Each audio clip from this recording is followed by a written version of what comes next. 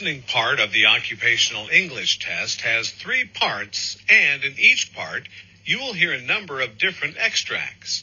At the beginning of the test, you will hear a beep sound. You have time to read the questions before you hear the extracts. You will hear each extract only once. You have to complete your answers as you listen. At the end of each test, you will be given 2 minutes to check your answers. Part A. In this part of the test, you will hear 2 different extracts. In each extract, a healthcare professional is talking to his patient. For questions 1 to 24, complete the notes with the information you hear.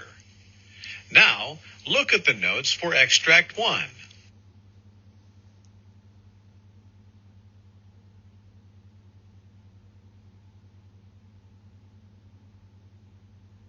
Extract 1, questions 1 to 12. You hear a neurologist talking to a new patient called Mrs. Lizaveta. For questions 1 to 12, complete the following notes with a word or short phrase. You now have 30 seconds to look at the notes.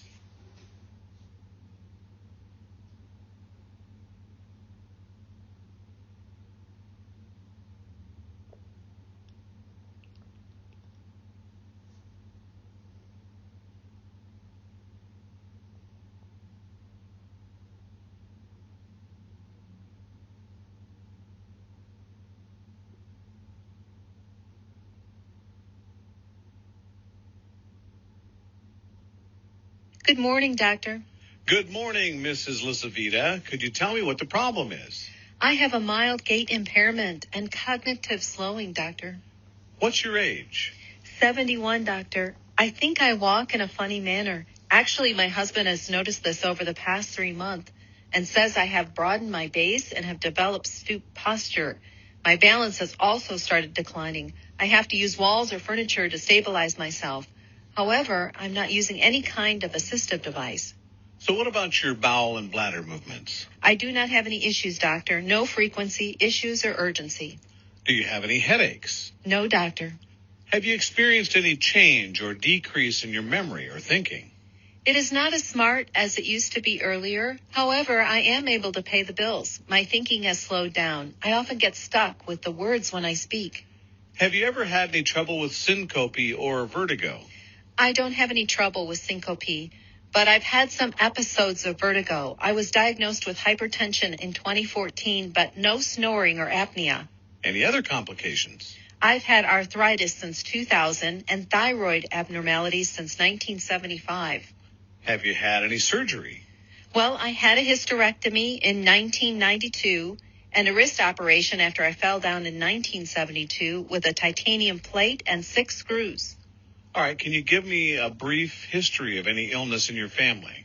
My mother had colon cancer. Are you allergic to any medicines? Yes, codeine and sulfa.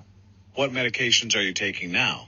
Premarin, 0.625 milligrams, Acifex, 20 milligrams daily, Toprol, 50 milligrams daily, Norvasc, 5 milligrams daily, multivitamin, Caltrate plus D, B-complex vitamins, calcium and magnesium, and vitamin C daily.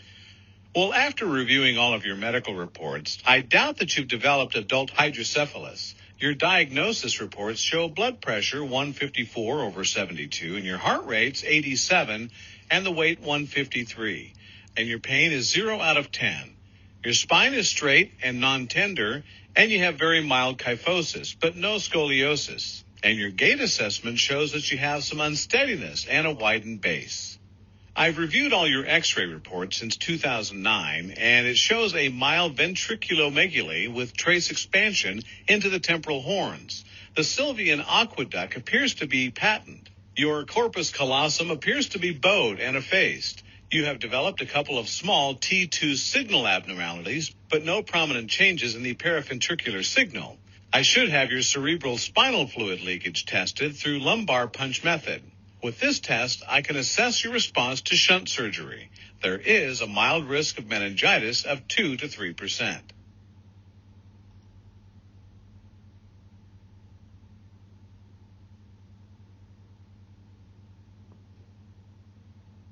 Extract 2. Questions 13 to 24. You hear a physician talking to a patient. For questions 13 to 24, complete the following notes with a word or short phrase. You now have 30 seconds to look at the notes.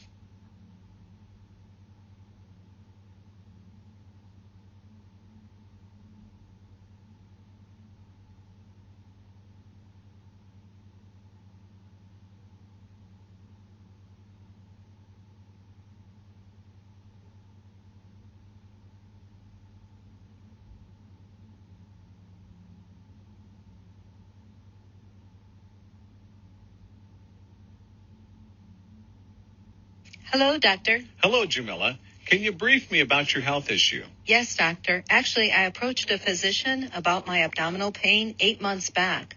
On my chest x-ray, I had a possible infiltrate, and he thought that I might have pneumonia, and I was treated with some antibiotics and prednisone. However, the symptoms improved for a short period only, and it didn't cure my disease completely. Besides, my pain had worsened by the end of the month, and I was admitted to an emergency ward. This time my chest x-ray was compatible with pleurisy, and I was treated with Percocet. However, I was given another prescription for Ultram since I had nausea and was vomiting with Percocet. Eventually, I was referred to another doctor and was diagnosed with splenomegaly. A repeat ultrasound showed an enlarged spleen of 19 centimeters.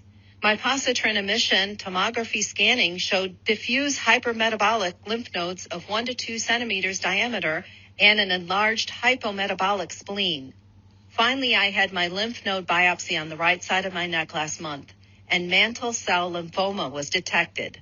2 weeks ago, I had a bone marrow biopsy that showed involvement of bone marrow with lymphoma and also circulating lymphoma cells on peripheral smear. And your age? 45, doctor. Okay. What medications are you taking? Estradiol, Prometrium, 200 milligrams, Ultram whenever I get pain, baby aspirin, Lunestra for sleeping, and iron supplements. Are you allergic to any medicine? No, doctor. Tell me about your previous medical history. Yes, doctor. I got my tubal ligation in 2001, and a cyst from the left side of my neck was surgically removed in 2005. I had tonsillectomy, and I get occasional migraines. Do you smoke or drink? No, doctor. May I know your job profile? Well, I'm working as a project manager. Tell me, is there any family history of diseases? My father had emphysema and colon cancer when he was 68, and my mother has hypertension and arrhythmia. Well, your heat diagnosis shows the oropharynx is benign. There is shoddy adenopathy in your neck, though, and your abdomen is soft and non-tender and shows the palpable spleen approximately 10 centimeters below the right costal margin. Your mantle cell lymphoma is confirmed, and I would advise that you should go for chemotherapy with hyperfractionated cyclophosphamide, dexamethasone, doxorubicin, and vincristine. Discontinue aspirin for now and continue estradiol and Prometrium. Take Ativan as and when you feel anxiety. You'll be given allopurinol from today and hydration further so that you can avoid tumor lysis syndrome. I will plan to add Rituzan a little later on in your course since you have circulating lymphoma cells, and I'm planning to get you evaluated for bone marrow transplant in first remission.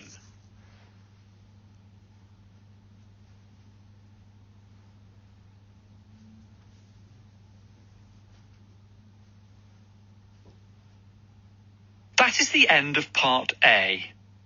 Now look at Part B.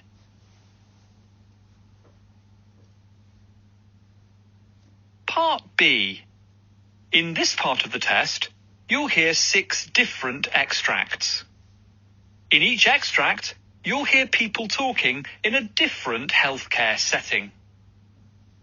For questions 25 to 30, choose the answer A, B, or C, which fits best according to what you hear. You'll have time to read each question before you listen. Complete your answers as you listen. Now look at question 25. You hear a dietitian talking to a patient. Now read the question.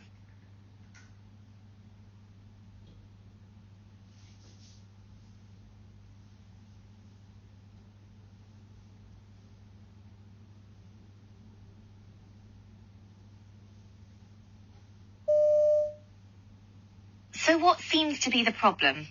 I feel such a failure. I'm sure people think that if I just tried harder, I could lose weight. Maybe I need more willpower. Well, firstly, well done for seeking medical help. Actually, being overweight or obese is a medical problem because being overweight changes how your body works. Oh, thanks, but I do feel that it's my fault for being this way. Well, I hear what you say, but please understand that these days we consider that obesity is a disease, like high blood pressure or asthma. You see, the body's signals to the brain stop working correctly when you're overweight. And with time, you feel less full, even if you eat the same amount. And when you cut calories, your body tries to use less energy to keep your weight the same.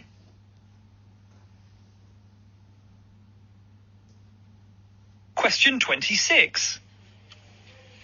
You hear members of a hospital committee discussing problems in the X-ray department. Now read the question.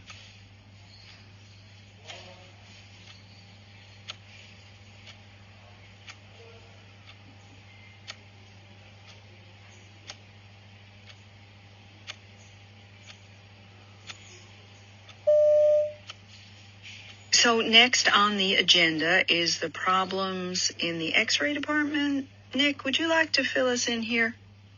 Well, as you all know, this is a very busy department.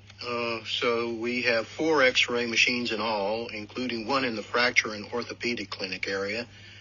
But recently, one of the other X-ray machines developed a fault, and so we had to apply for authorization for the purchase of a new tube for it.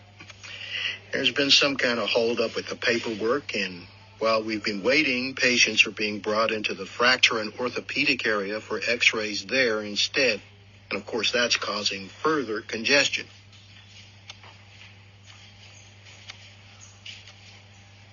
Question 27. You hear a senior nurse giving feedback to a trainee after a training exercise. Now read the question.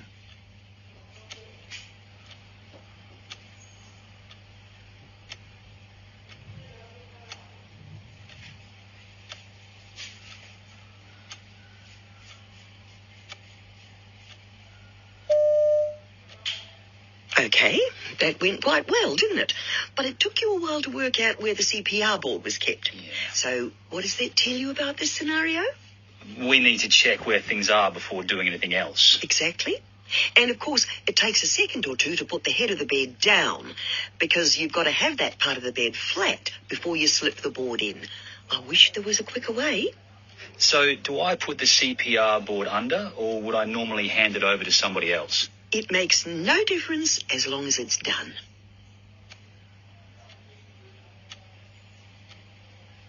Question 28. You hear a trainee nurse asking his senior colleague about the use of anti-embolism socks for a patient. Now read the question.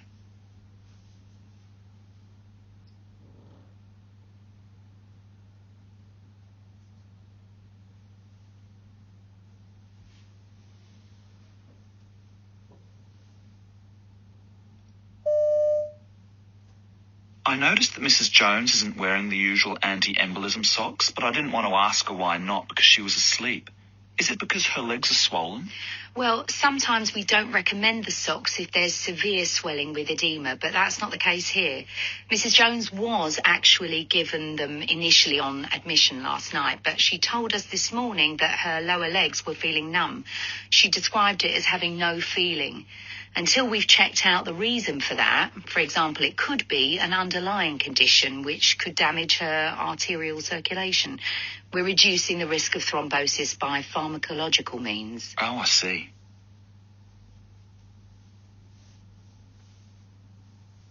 Question 29.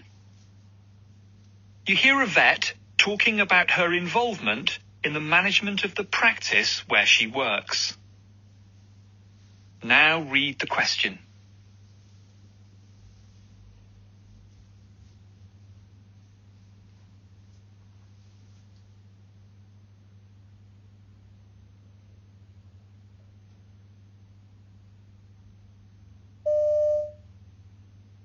At first, when I took over the financial running of the practice, I felt rather thrown in at the deep end.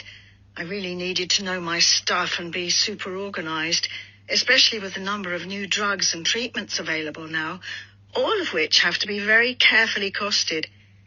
It keeps me super busy, but monitoring stocks and so on helps give me confidence and allows me to see how everything fits into the overall picture of working as a vet. My manager's more than happy to leave me to run this side of things. He's in overall charge, of course, but I can always go to him if there's a problem. I keep him closely informed of what's happening. He's always pleased if I manage to make savings anywhere.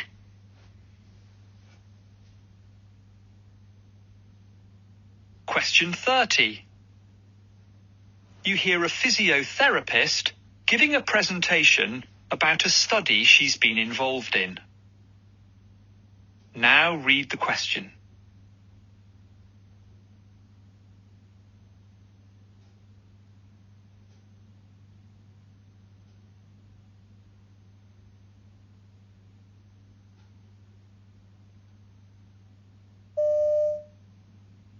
I'm a physiotherapist, and I'm presenting our poster about constraint-induced movement therapy for children suffering from partial paralysis following brain surgery. We did a case series of 4 children who'd all undergone hemispherectomies. They were admitted to inpatient therapy within 2 weeks post-op and began therapy 2 to 3 weeks post-op. The therapy continued after they were discharged. Our findings were that 3 of the kids regained excellent function and mobility with ambulation and upper extremity function. 1 didn't do so well, unfortunately, but he gave up the therapy early on. This type of movement therapy has been used a lot in adult populations following stroke. The findings here promote moving forward with further research on the pediatric or adolescent population following either hemispherectomy or other surgeries to help us decide how appropriate this therapy would be for them.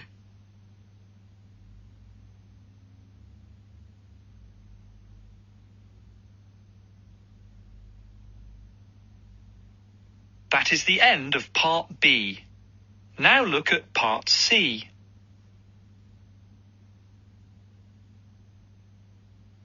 Part C. In this part of the test, you'll hear 2 different extracts. In each extract, you'll hear health professionals talking about aspects of their work. For questions 31 to 42, choose the answer A, B, or C, which fits best according to what you hear.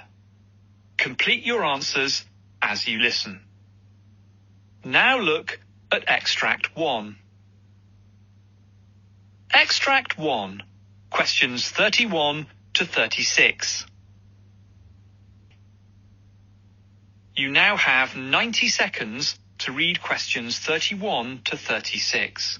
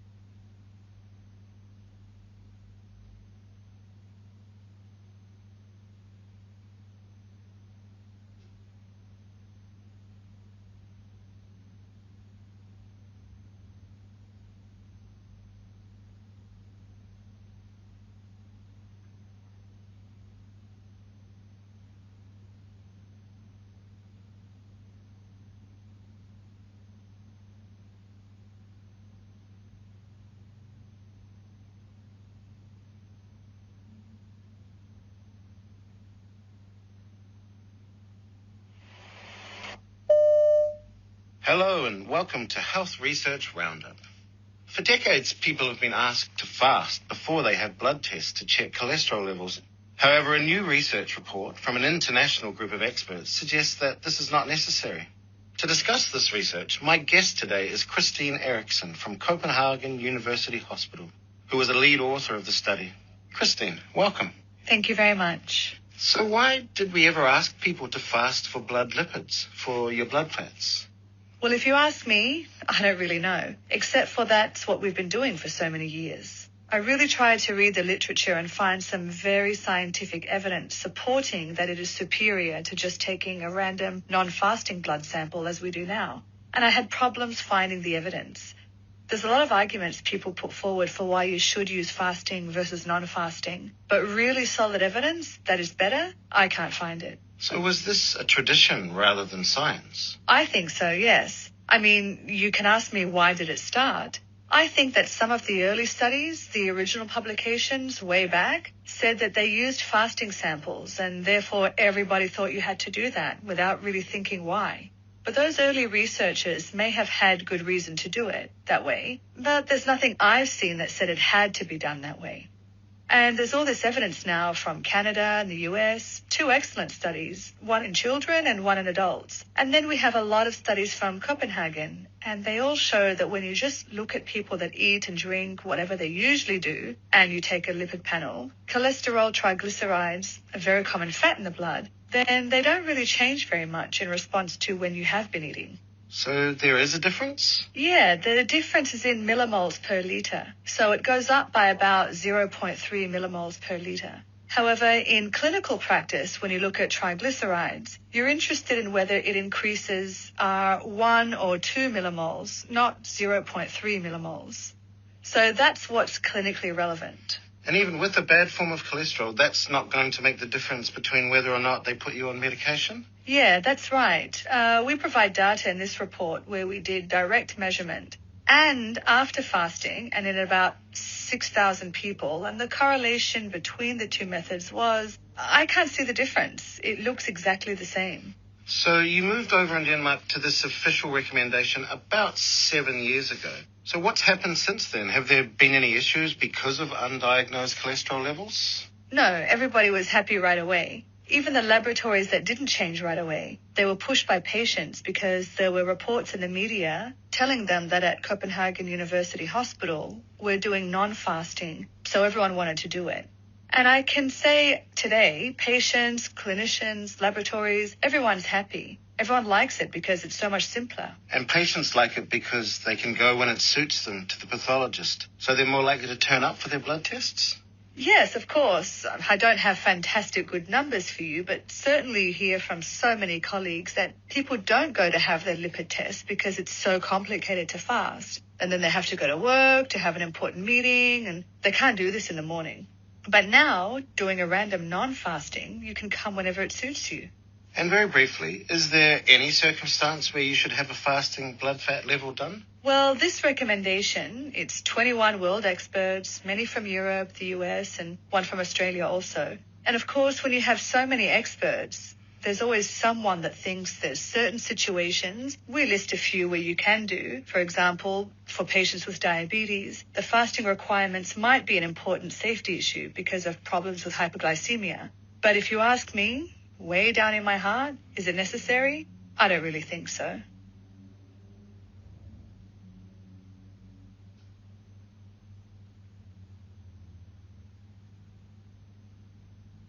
Now turn over and look at Extract 2. Extract 2, questions 37 to 42. You hear a presentation in which a researcher called Dr. Milan Petricevic is talking about the relationship between new technology and medicine in the future. You now have 90 seconds to read questions 37 to 42.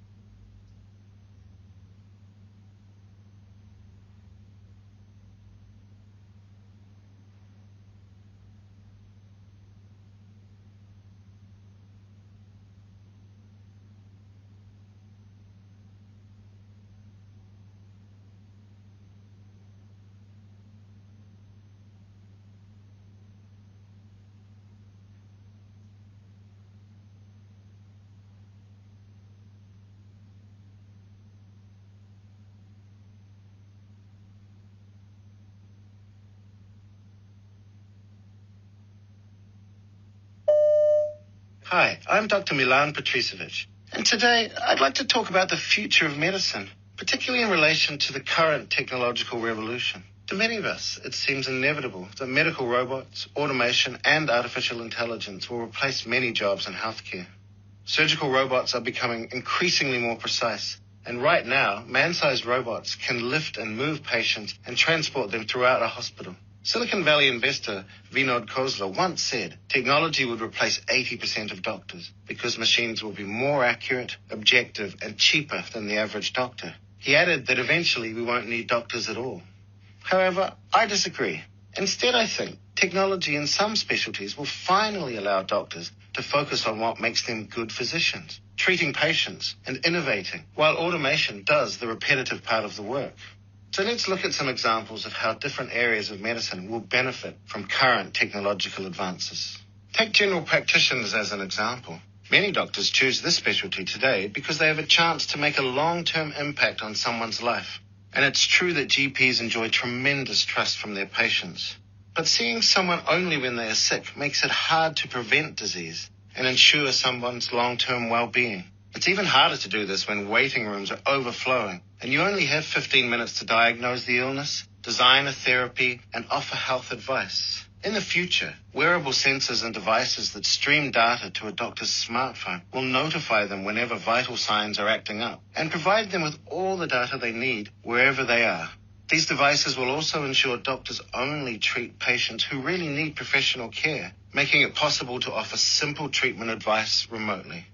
In turn, this will increase the time GPs have to treat and advise each patient, building trust and ensuring patients act on a doctor's advice. What's more, smart algorithms will allow GPs to tap expert advice on their patients' conditions and act as a gatekeeper, connecting patients to other specialties. And these are just a few examples.